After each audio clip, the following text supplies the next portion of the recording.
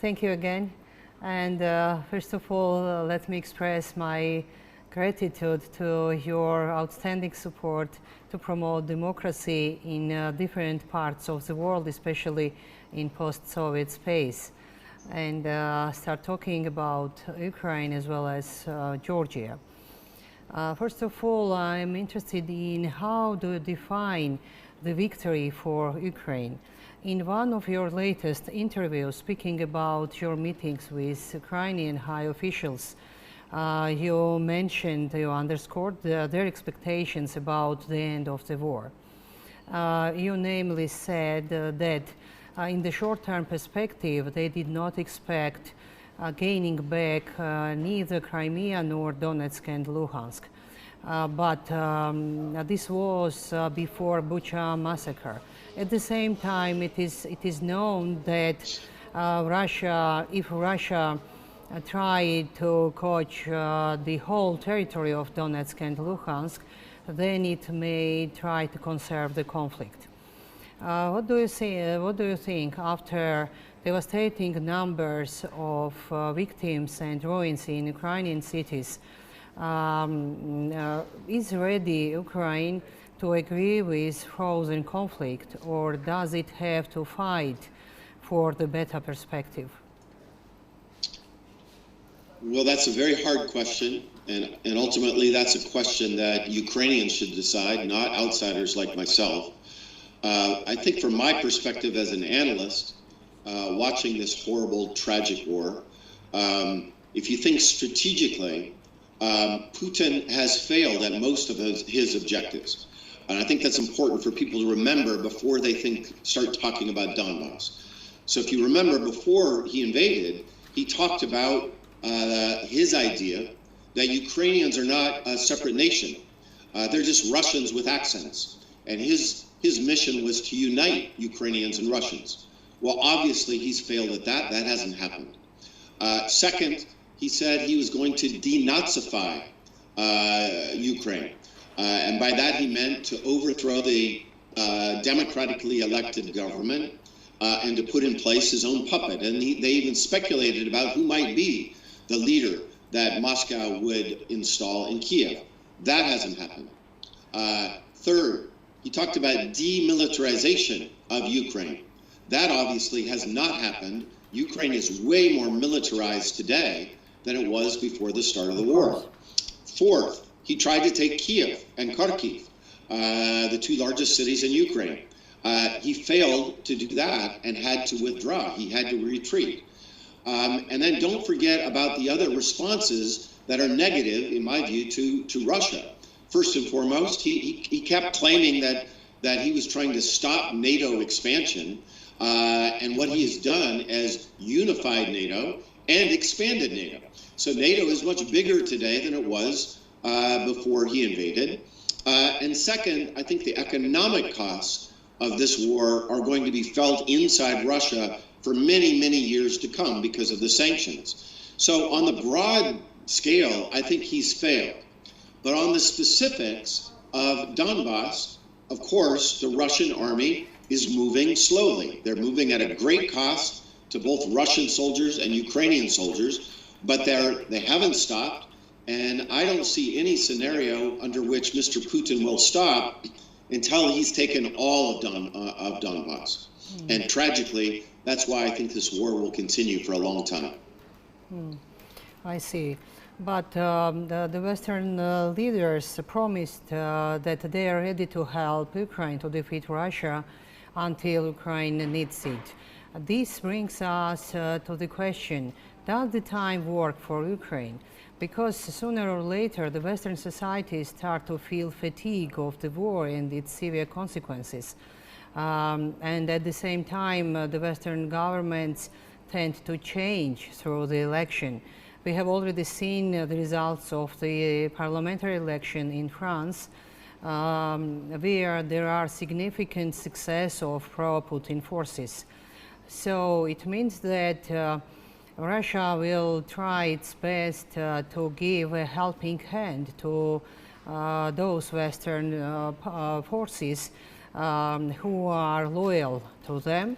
And at the same time, we can't exclude that Russia will try to change the balance of power in the European Parliament in the upcoming elections in its favor. So, what should be done to stop Russia's ambitions, first of all, and does it seem realistic that fatigue of the war might overcome the support for Ukraine? And if so, when this breaking time comes? Again, that's a very difficult question, and I don't have a clear answer. But I would say two things.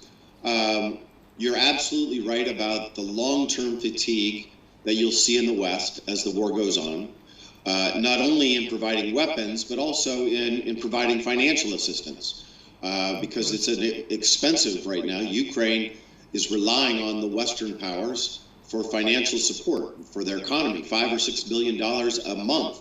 And that will be hard to maintain, especially when we get into electoral cycles. And in my country, there's no doubt in my mind that there will be parliamentary candidates in the fall and presidential candidates as we get closer to 2024 who will say, why are we giving Ukrainians money? We have problems here at home. And if Mr. Trump becomes another candidate again, and there are lots of indications that he will, that's exactly the kind of argument that he will make. There's no doubt in my mind about it. But on the other side, I think there's fatigue on the Russian side as well. Don't forget that they don't have unlimited resources. They don't have unlimited soldiers and unlimited weapons. They're taking tremendous losses in this war right now. And the only reason they can continue to sustain it is because there is no independent media.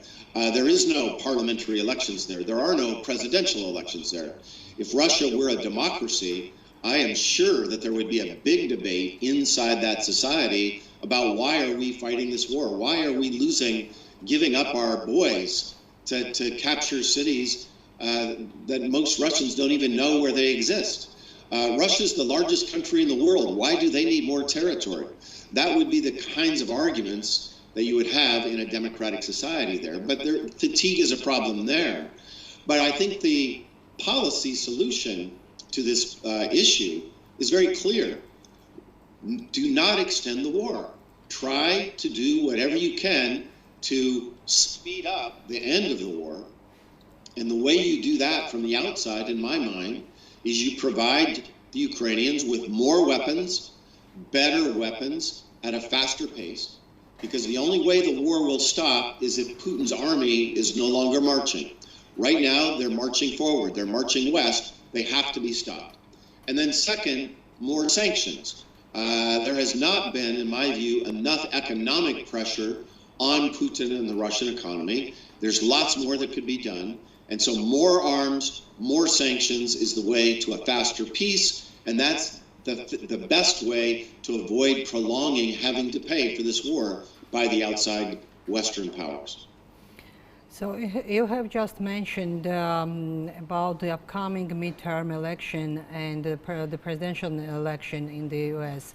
Can we already speak about possible time frames of the end of the war in Ukraine, and can it coincide, for instance, with the start of the presidential election in the United States, as President Biden and the Democratic Party need a winner's cloud to succeed in the presidential race?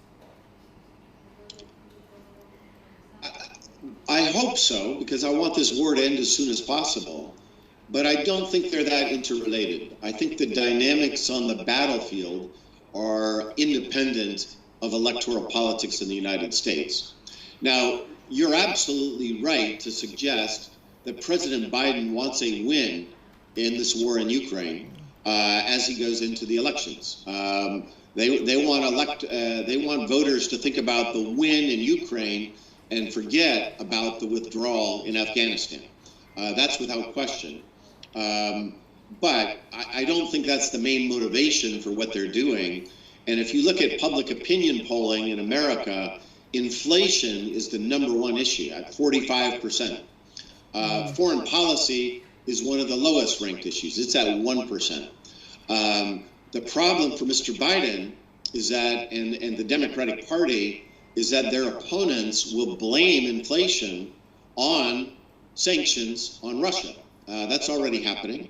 They're saying Biden is at fault for this inflation because of his response to the war and sanctions on oil and gas.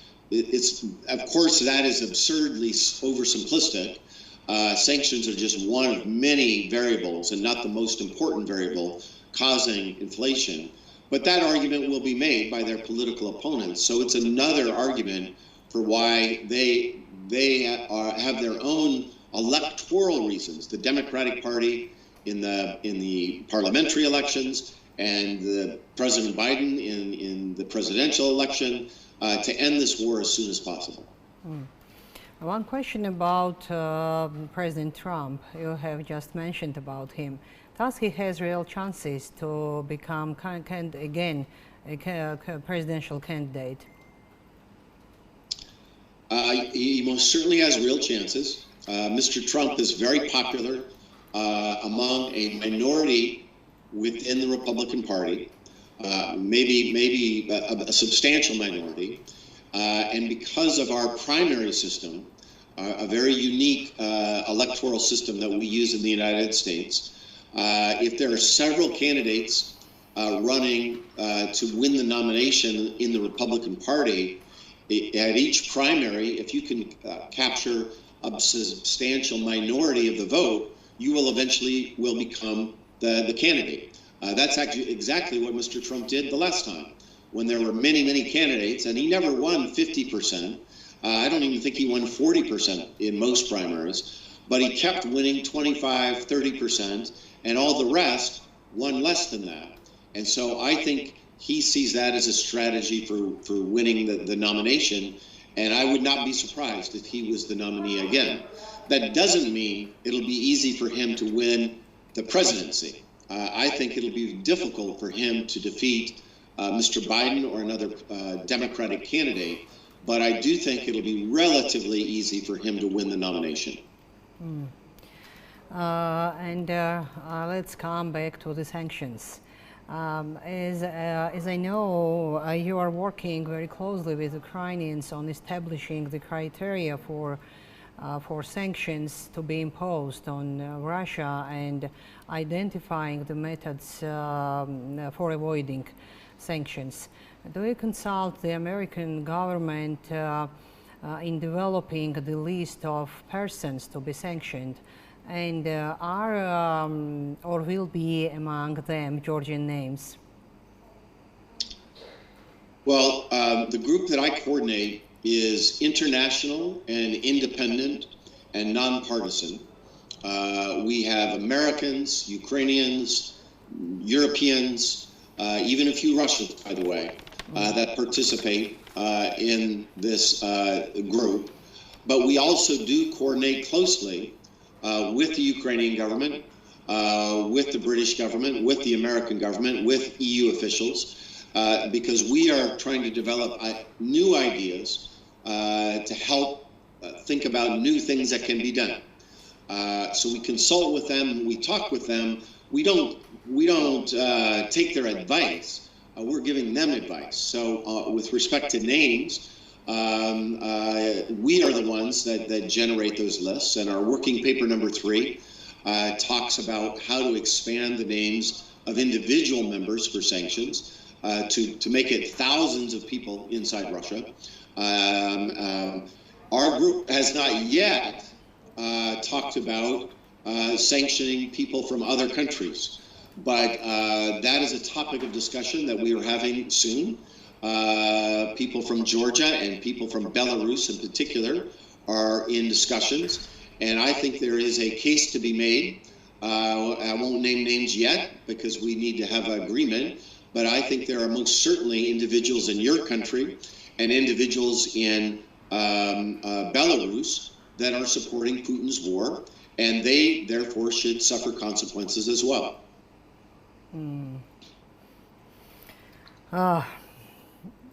A few questions about Georgia.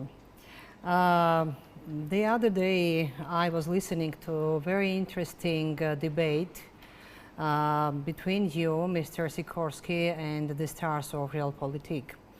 You said that before the war in Ukraine, the West made its best to take into account Russia's fears and security interests and did not intend further enlargement of NATO. This was known to Russia as well as to Georgia and to Ukraine. How will the war in Ukraine influence on Georgia's NATO aspiration? Is Georgia's chances to enter the alliance racing or vice versa? Well, I did say that, and I also said, I think in retrospect, that strategy was a mistake. And this goes back to Clinton. It started with President Clinton trying to work with Russia while expanding NATO. President Bush did the same. President Obama did the same. Mr. Trump, I'm not really, it was kind of confusing what they were doing vis-a-vis NATO and Georgia and Ukraine. It's kind of hard to even understand their policy. But there was always this idea of trying to expand NATO without and maintaining a relationship with Moscow. I think in retrospect, had we done the opposite and just expanded NATO as fast as possible without thinking about Russia, we might have had a better outcome. Because think about it, not a single NATO country has been attacked by Russia. Of course. But every country that has, including your country, Georgia and Ukraine, and the Moldovans still have the Russians on their borders, those are all countries that are not in NATO.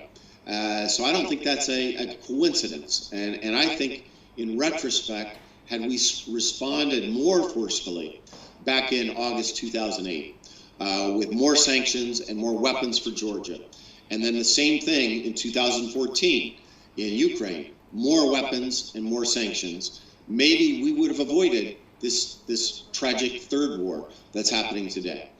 Those are just counterfactuals, right? We don't know for sure, but most certainly I think one has to consider that. But you asked about the future, not the past. I think it's too soon to know what will happen with respect to NATO. I think it was a historic achievement that the European Union made the decision to invite Ukraine and Moldova to join the European Union. I was saddened to see that Georgia was not on that list, but I'm still hopeful that in the long run, Georgia will be on that list. And I'm told by very senior EU officials that that is the plan. Once Georgia becomes qualified to be on the path towards joining the European Union. That's a fundamental change. We weren't talking about that just 4 or 5 months ago. And that makes me cautiously optimistic that Europeans have changed their views about your part of the world. And I'm more optimistic today than I was just a year ago about EU aspirations. And that, I think, has consequences for NATO as well. Not immediately, because I think many NATO countries will be nervous about that. But I think the fact that these countries are moving closer to the EU is good for NATO, and that NATO just expanded, is in the process of expanding again, and all the scary language out of the Kremlin, out of Moscow. If these countries join, if Finland and Sweden join, it'll be the end of the world. Turned out not to be true. And so I think that should give confidence to NATO leaders that sometimes doing the right thing can lead to more peaceful outcomes rather than leaving ambiguous security arrangements that lead to more conflictual outcomes. And again about Georgia, you know Georgia very well, and it is obvious that today current Georgian government is blackmailed by Russia. That's why consequently it is distancing itself from the West. So what should Georgian government done to get free? What should Georgian government do to get free from Russian blackmail? Well, I don't want to pretend that I know what's in Georgia's best interest and to guess and to make suggestions for governments and elected officials that live in a neighborhood that is a very difficult neighborhood where I don't live. And so it would be arrogant of me for an American to tell Georgians what to do. But I would say, as an analyst and then as a historian, if you think about the long arc of history, those countries and those parts of the Russian Empire that remained within the Russian Empire and the Soviet Empire and in the Russian sphere of influence have always performed more poorly than those that escaped the Russian Empire and the Soviet Empire and Russian influence. It's just really that simple. Who's richer, who's poorer, who has more freedom, who does not, who has more security, who does not. It's those that manage to liberate themselves from Soviet and Russian either occupation or annexation or influence. And I think in Putin's Russia also can change, by the way. And Russia in the 90s is not the same as Russia today. Mr. Putin is a different leader than Gorbachev or Yeltsin or even Medvedev, by the way, in my view. But Putin's Russia today is a very coercive place. It's a very corrupt place, and he uses force and invades countries without any respect to the individual human rights of the countries that he's invading. Just look at what's happening in Ukraine today. No respect at all for human rights, not even of his own soldiers, by the way. He doesn't care about his own soldiers, let alone Ukrainian soldiers, let alone Ukrainian citizens. So back thinking you're going to have a bright future by being allied with Mr. Putin, I think is a strategic mistake. So what should Georgia demand from our Western partners to ensure our security?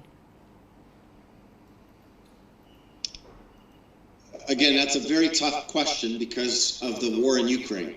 I think my perception of Washington, I can't speak for Brussels or other capitals in Europe, although I was just in Brussels last week in Washington, is that they are very focused on the war, as you would expect.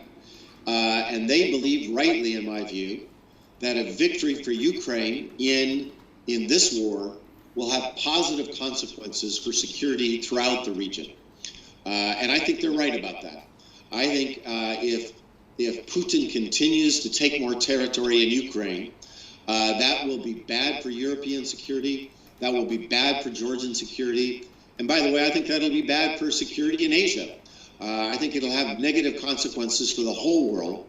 Conversely, if Putin can be stopped, that will be good for European security. That'll be good for Georgian security. That will be good for security of countries and territories threatened in Asia. And so I think they're right to try to focus on trying to help the Ukrainians stop Putin's army. These days, there was an accident in the United States Embassy in Georgia when during the celebration party, acting members, acting MPs from the ruling party beat and insulted the founder and the director of one of the leading opposition TV. From your perspective, what should be the reaction of the United States Department of State? Because for me personally, this serves as a clear-cut example, evidence of disrespectful attitude from Georgia's ruling party to the United States. Well, I just saw limited press reports about that, so I don't know the details. But I can say, as a former ambassador who used to host July 4th celebrations at my residence in Moscow, this is a sacred day for Americans. This is a very important day. I just hosted at my own house here in California 100 people. to celebrate this day, and to tarnish that day by getting in a fight as a guest of the American government in Georgia is outrageous, and there's no excuse for it, and it saddens me. Frankly, lots of things sadden me in U.S.-Georgian relations right now, where it seems that there are certain forces in your country that don't value the relationship with my country, that have decided that it's not important to them. And I think that's a strategic mistake. But just on a human level, if you are a guest in somebody else's house, there's a certain decorum, even if it's not the 4th of July, and even if it's not the Americans. And I think those people have embarrassed your country, frankly. It's shameful, and it's not just about them, it's about your country. They are embarrassing your country on the global stage. Thank you. And the final question about Georgia's future role in the new European security architecture. If Russia is so weakened in the war with Ukraine and through sanctions that it can no longer serve as a factor of containing China in this part of the world, would it be appropriate if the West considers Georgia-Turkey axis together, Caspian and Central Asia countries, as an alternative that will be able to deter China in this region? It's a very complicated, hard question, because I think the Biden administration is rightly trying to do things to contain Chinese influence, but not overdo it, because they don't want to create a new Cold War. And I agree that that's the right strategy. But what that means for me, I'm writing about China right now, is that we have to be much more engaged in winning over friends around the world, including in the Caucasus, including in Central Asia, because China's doing so. And I think we've been somewhat absent, frankly.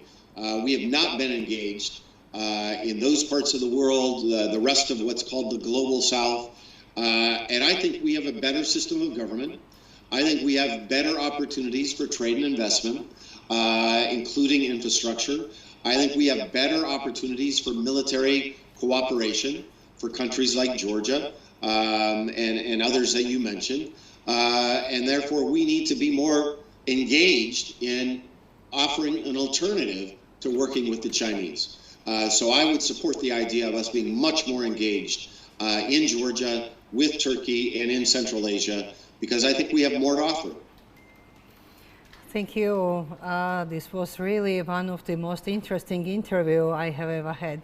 Thank you for your time. Great. All right, thanks for doing it. And I hope to see you in Georgia. Yeah, me too. I was planning to come in the spring, and it got canceled because of the war. But I hope to come in the future. Thank you again for your support, for your time. And send me the link of the video, and I'll post it on my social media, because I have followers in Georgia. So. Of course, with great pleasure. Okay. All right. Good luck. Bye-bye. Bye. Bye-bye.